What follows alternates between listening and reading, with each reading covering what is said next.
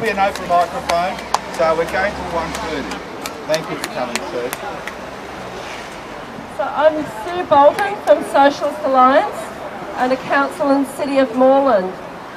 First, I'd like to say that almost everyone says they support affordable housing. Liberal, Labor, Greens, DLP, all the rest of it. Almost everyone says they support affordable housing. But what do they actually mean?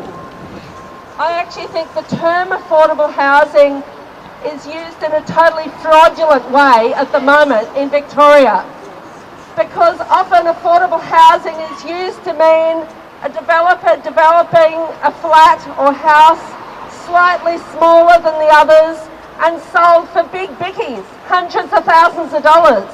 Well, what's affordable about that? Or else it can mean living in a housing association run house called social housing for 30% of your income in rent. Well, 30% of your income, if you're on a low wage, is unaffordable. How can you afford 30% of your income in rent if you're on New Start? And so what we've had happen over many years now, unfortunately, is the whole issue of housing for people who don't have lots of money has been totally, the waters have been totally muddied with terms like affordable housing redefined to mean something unaffordable.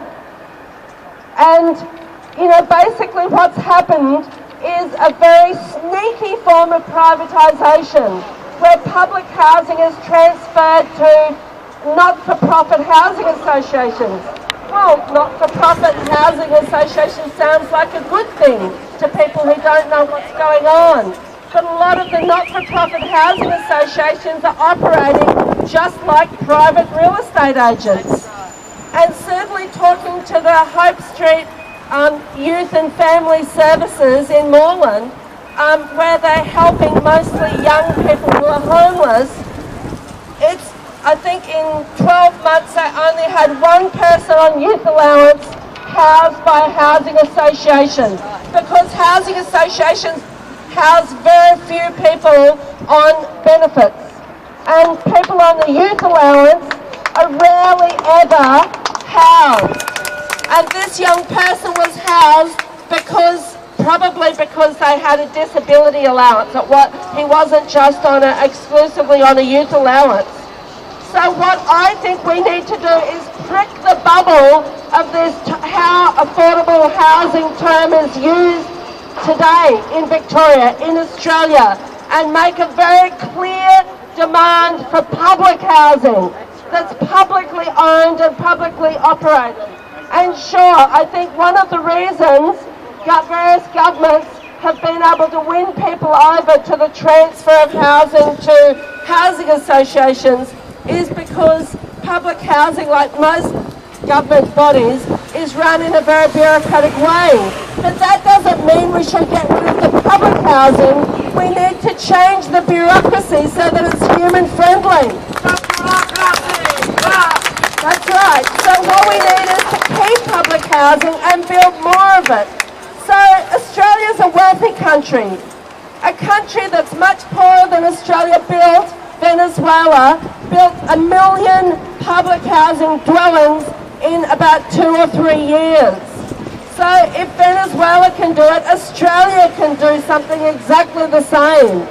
And also, for people who are renting privately, if there are a lot of public housing dwellings built, that would put a downward pressure on rents and housing prices in general. The market is not a good way of distributing housing. Housing is for people to live in, not to trade and sell, not to buy and sell. And that speculation is what's driving up both the cost of housing for people who borrow money from the bank to buy the house gradually from the bank, a window at a time, or else if they're renting.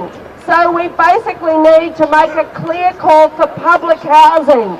But I also notice that some people, candidates in the local council elections, are using the term public housing and housing association housing interchangeably.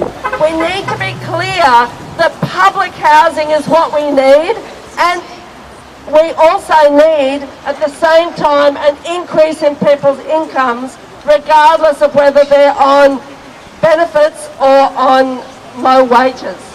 So make it clear, public housing is the way to go, and if anyone says they support affordable housing, quiz them about what they actually mean about affordable housing. We need public housing, not fake affordable housing.